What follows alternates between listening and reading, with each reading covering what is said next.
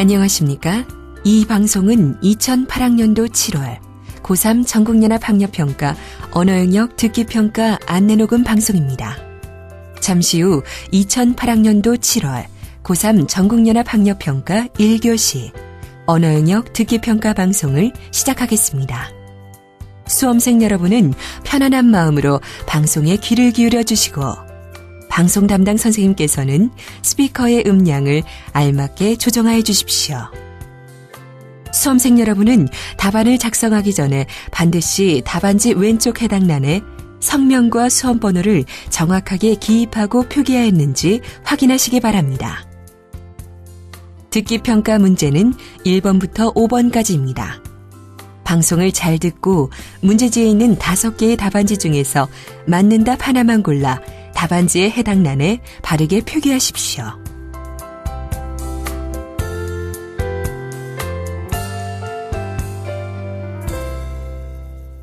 그러면 지금부터 1교시 언어영역 듣기평가를 시작하겠습니다.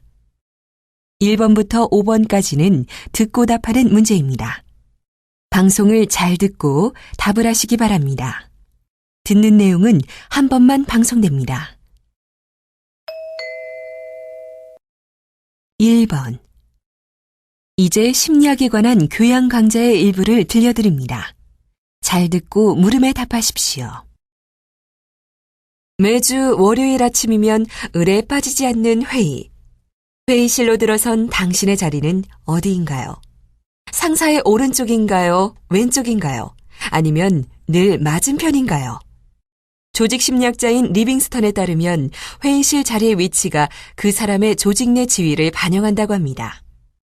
그는 또 특이할 만한 사실은 회의 때마다 사람들은 무의식적으로 늘 같은 자리에 앉는 경향이 있다며 이는 조직 내 지위가 자리라는 영역으로 표출되는 인간의 심리학적 특성 때문이라고 덧붙입니다.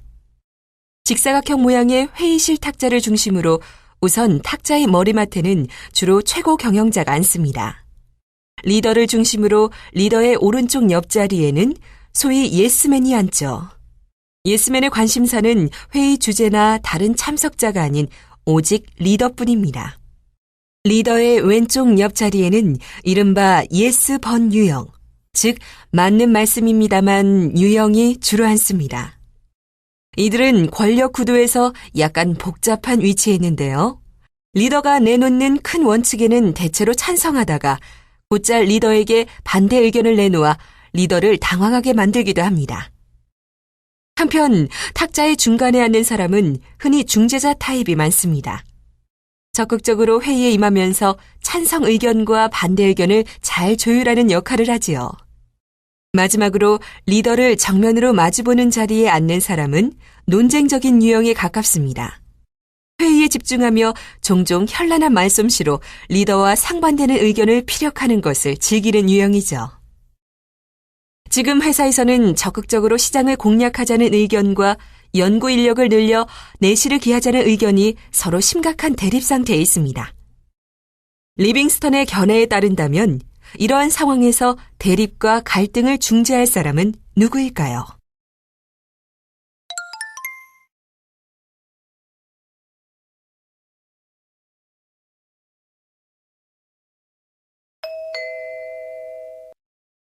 (2번) 이번에는 수업 장면의 일부를 들려드립니다. 잘 듣고 물음에 답하십시오. 편의점의 음료수 진열장에서 음료수 한 캔을 꺼내볼까요? 이상하게도 캔 음료수 대부분이 원기둥 모양을 하고 있다는 것을 확인할 수 있습니다. 삼각기둥도 있고 사각기둥도 있는데 굳이 원기둥 모양으로 캔을 만드는 이유는 뭘까요? 음료수 캔의 바닥이 원 모양인 이유를 한번 생각해 보도록 합시다. 삼각, 사각, 원. 각각의 둘레의 길이가 같을 때 이 중 어느 도형이 가장 넓을까요? 삼각, 사각보다 원이 가장 넓습니다. 즉, 같은 높이의 삼각기둥, 사각기둥, 원기둥이 있다면 이 중 원기둥의 부피가 가장 크다는 거죠. 이것은 원기둥이 음료수를 많이 담을 수 있으면서도 캔을 만들 때 재료인 알루미늄이 가장 적게 든다는 것입니다. 물론 이는 생산 비용을 절감시키는 효과로 이어지겠죠. 이렇게 효율적인 원기둥 모양의 캔, 그 안에는 또 하나의 과학적인 원리가 숨어 있습니다. 캔의 밑바닥을 한번 볼까요? 예, 그렇죠. 바로 안으로 오목한 아치형을 이루고 있습니다. 그런데 참치 통조림의 경우는 어떨까요? 그래요. 밑바닥이 평평하죠. 왜 이 두 캔은 밑면이 서로 다른 것일까요? 이는 내용물에 기체가 포함되느냐 아니냐와 관련이 있습니다. 탄산음료의 경우에 이산화탄소 기체가 팽창하면 캔 속 압력이 커져 폭발할 우려가 있어요. 이 폭발을 막기 위해 반드시 캔의 밑바닥 모양을 아치형으로 만들어야 합니다. 왜냐하면 밑바닥을 오목하게 만드는 것은 위에서 누르는 힘과 밀접한 관계가 있는데요. 바닥이 안쪽으로 오목하게 들어가면 캔 속의 압력을 보다 효과적으로 견딜 수 있거든요.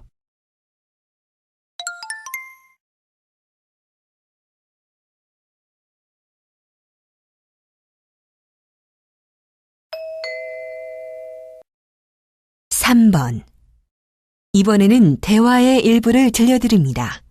잘 듣고 물음에 답하십시오. 범수야, 너 시계 샀구나?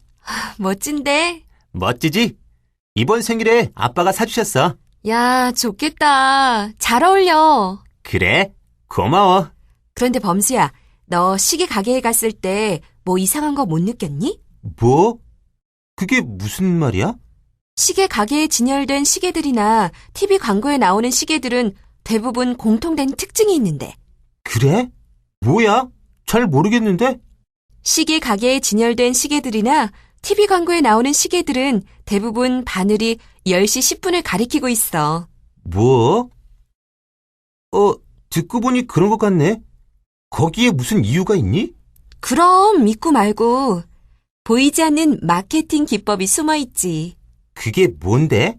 소비자들은 잘 느끼지 못하지만 상품 하나에도 나름의 비밀이 숨어 있어. 그래? 시계 바늘을 10시 10분에 맞춰놓는 건 시계 세공업으로 유명한 스위스에서 시작됐어. 시계 회사들이 이 V자형을 고안해낸 건 12시 표시점 아래 적혀있는 상표명을 돋보이게 하기 위한 거야. 아, 바늘이 10시 10분을 가리키면 상표명이 가려지지 않는구나. 그래, 바로 그거야. 그리고 이 역삼각형 구도는 디자인 감각을 살리고 동적인 느낌을 주어서 소비자들의 시선을 끌게 되지. 그렇구나. 다 이유가 있는 거구나. 그리고 가만히 보니 둥근 판에 V자면 웃는 모습으로 연상되기도 하네. 야, 진짜 그러네. 재밌지?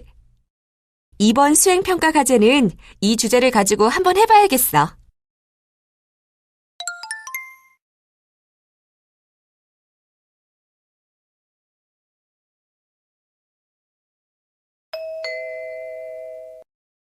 (4번) (5번) 이번에는 토론의 일부를 들려드립니다. 잘 듣고 4번과 5번의 두 물음에 답하십시오. 네, 알겠습니다. 지금까지 고속도로 통행료 징수 정책을 담당하시는 박 과장님의 말씀을 들었는데요. 그럼 이번에는 한 시민의 의견을 들어보겠습니다. 유정희님. 네, 너무 답답합니다. 설, 추석 등의 명절이 되면 고속도로라는 이름이 무색할 정도로 지방 국도보다 소통이 어려운 것이 사실이에요. 저속 통행을 하는데도 도로공사는 꼬박꼬박 고속도로 통행료를 받는다는 것이죠. 저속도로를 가는데 왜 우리가 고속도로 통행료를 내야 하는지 저는 이해할 수가 없습니다.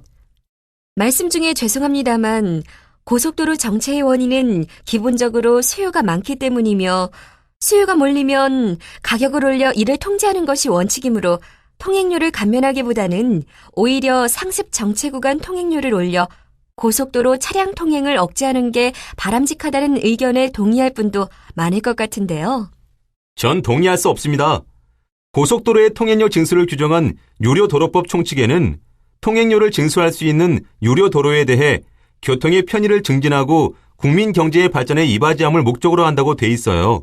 즉, 유료도로법은 시간과 비용에서 도움이 된다는 이유로 통행 차량에 요금을 부과하는 것이죠.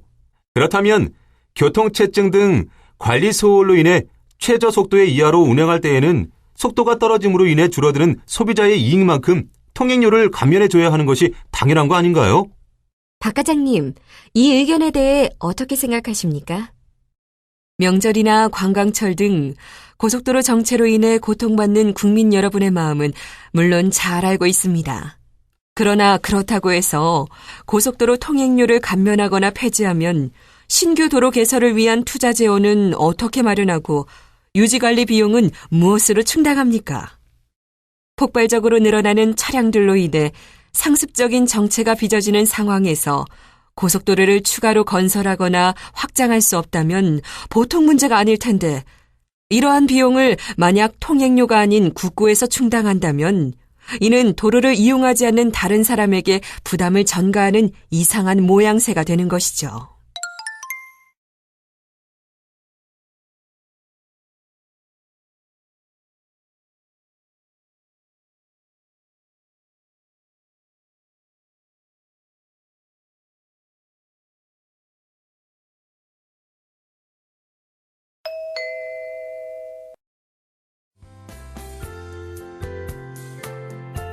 이제 듣기 문제는 모두 끝났습니다. 6번 문제부터는 문제지의 지시에 따라 답하십시오.